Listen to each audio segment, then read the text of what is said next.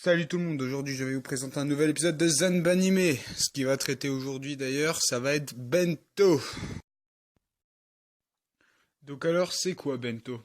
Pour faire simple, c'est une histoire entre lycéens qui sont à moitié fauchés pour la plupart.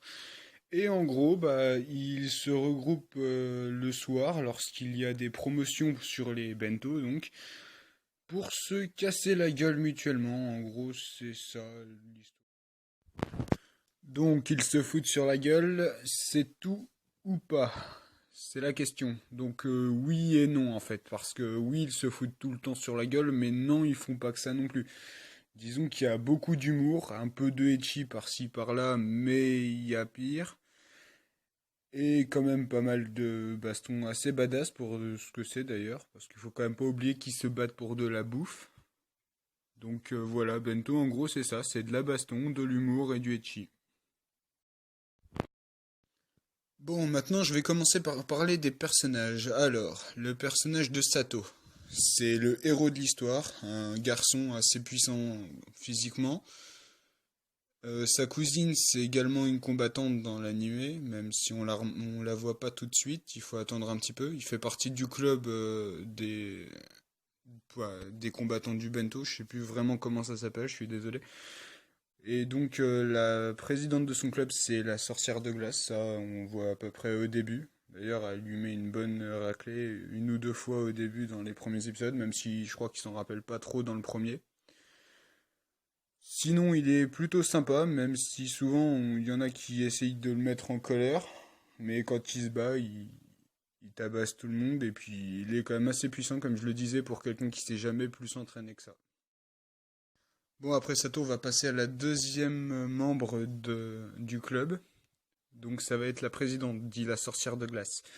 La disciple du sorcier, donc un autre mec qu'on voit se battre dans le deuxième épisode qui est assez puissant, mais bon, comme je dis, on le voit qu'une fois, donc ça sert pas à grand chose de s'en rappeler.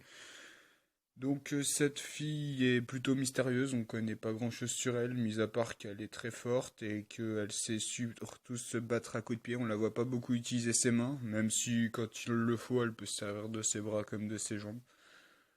Après, en cours, on n'en sait pas plus. La première fois qu'on la voit, bah, en fait, c'est quand elle dit à Sato de pas retourner dans le magasin le soir, parce que lui, il a complètement oublié qu'il s'était fait dérouiller, et du coup, il avait l'intention d'y retourner, parce que pour lui, c'était la première fois qu'il voyait les bento à moitié prix. Pour lui, c'était donc une occasion à pas manquer.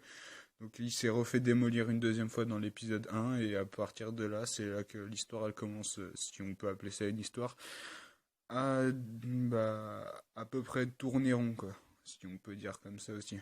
Donc voilà, en gros, elle sert surtout de mentor à Sato. Elle va surtout l'aider à gagner et avoir des bento. Bon, maintenant on va passer à la dernière membre du club. Donc je sais pas du tout son nom, elle. En plus, elle a pas vraiment non plus de surnom. Moi personnellement, j'aime bien l'appeler la perverse parce qu'elle est assez chelou quand même. Elle a des délires plutôt bizarres avec Sato. Que d'ailleurs, elle connaît jamais son prénom. Elle arrête pas de l'appeler Saito, je crois. Et qui ne se bat pas, il me semble. En fait, elle profite surtout quand les autres sont en train de se battre de venir taxer en discrète le bento que personne n'a vu ou personne ne veut. Donc voilà, c'est son mode de combat, on va dire. Et voilà, donc je dis que je suis pas sûr qu'elle fasse partie du club parce que déjà elle se bat pas et ensuite quand elle est au club ou quand elle y est pas, elle écrit un roman. Mais comme je disais, c'est un roman assez chelou où elle met en action Sato dans des trucs homosexuels, on va dire, qui la font assez fantasmer. Et donc voilà, je sais pas trop son nom, mais en tout cas, elle est assez bizarre cette fille.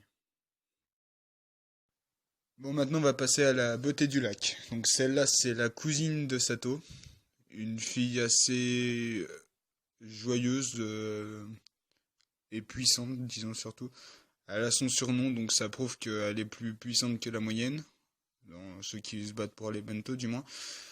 Elle se bat avec des baguettes dans un épisode, même si on la voit pas très souvent se battre, alors je pourrais pas trop dire si c'est son mode de combat ou quoi. Après, sinon, elle est donc assez joyeuse, elle adore emmerder Sato, surtout à lui faire des blagues assez lourdes, souvent assez perverses d'ailleurs dans le truc. Enfin, remarquez, ça reste un ecchi, hein. Donc voilà, les blondes avec des lunettes, et puis voilà, donc c'est la beauté du lac. Après, en plus, il nous explique pourquoi il porte ce surnom, comme d'ailleurs la sorcière des glaces. Quand on apprend, ça m'a assez fait rigoler. Je pense que ça doit être pareil pour tous ceux qui l'ont regardé. Parce que c'est vrai que l'explication des surnoms, elle est quand même assez tordante de temps à autre. Et donc voilà, il n'y a pas grand-chose d'autre à dire sur elle. Après, si, on dirait qu'elle est un peu amoureuse de Sado, mais c'est pareil, c'est peut-être une impression. Bon, maintenant, on va passer. Enfin, je vais terminer par un personnage que j'apprécie assez, donc je vais passer quand même pas mal de personnages, parce que d'une, ce serait du spoil pour la plupart, même si celui-là, c'est un peu du spoil aussi, mais pas en grande quantité, vu qu'elle est présente en plus dans l'opening. Donc ce sera une fille dont je me souviens toujours pas du nom. On va dire que je l'ai dit, me rappelle pas beaucoup des noms dans Bento, même de quasiment aucun en fait. Et du coup, donc elle, ça va être une fille assez, comment dire, on va dire mignonne, qui est assez attendrissante. Et voilà, en fait, elle n'a pas conscience de ça, mais elle porte la poisse à tout ce qu'elle touche, en fait. Dès qu'elle touche quelque chose, on peut être sûr qu'il va être cassé, ou alors si c'est une personne, elle va avoir la poisse pendant 1, 2, 3, 4, 6 heures d'affilée, suivant le temps qu'elle l'a touché, voire même toute une semaine. Donc voilà.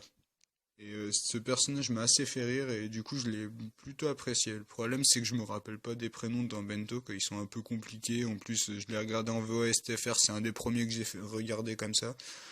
Et ça je retiens pas. Si c'est pas en français j'ai du mal avec les prénoms. Donc voilà, désolé. Mais sinon ce personnage est super attendrissant et honnêtement je l'aimais plutôt pas mal. Surtout qu'elle avait pas conscience de sa malchance. Enfin, donc voilà, maintenant j'ai fini avec les personnages, donc je vais en finir par une brève description de ce que j'ai ressenti en le regardant. Donc comme je l'ai dit, c'est pas vraiment un truc super psychologique. C'est surtout un truc à regarder quand on a vraiment rien à faire ou qu'on a envie de se taper un bon délire.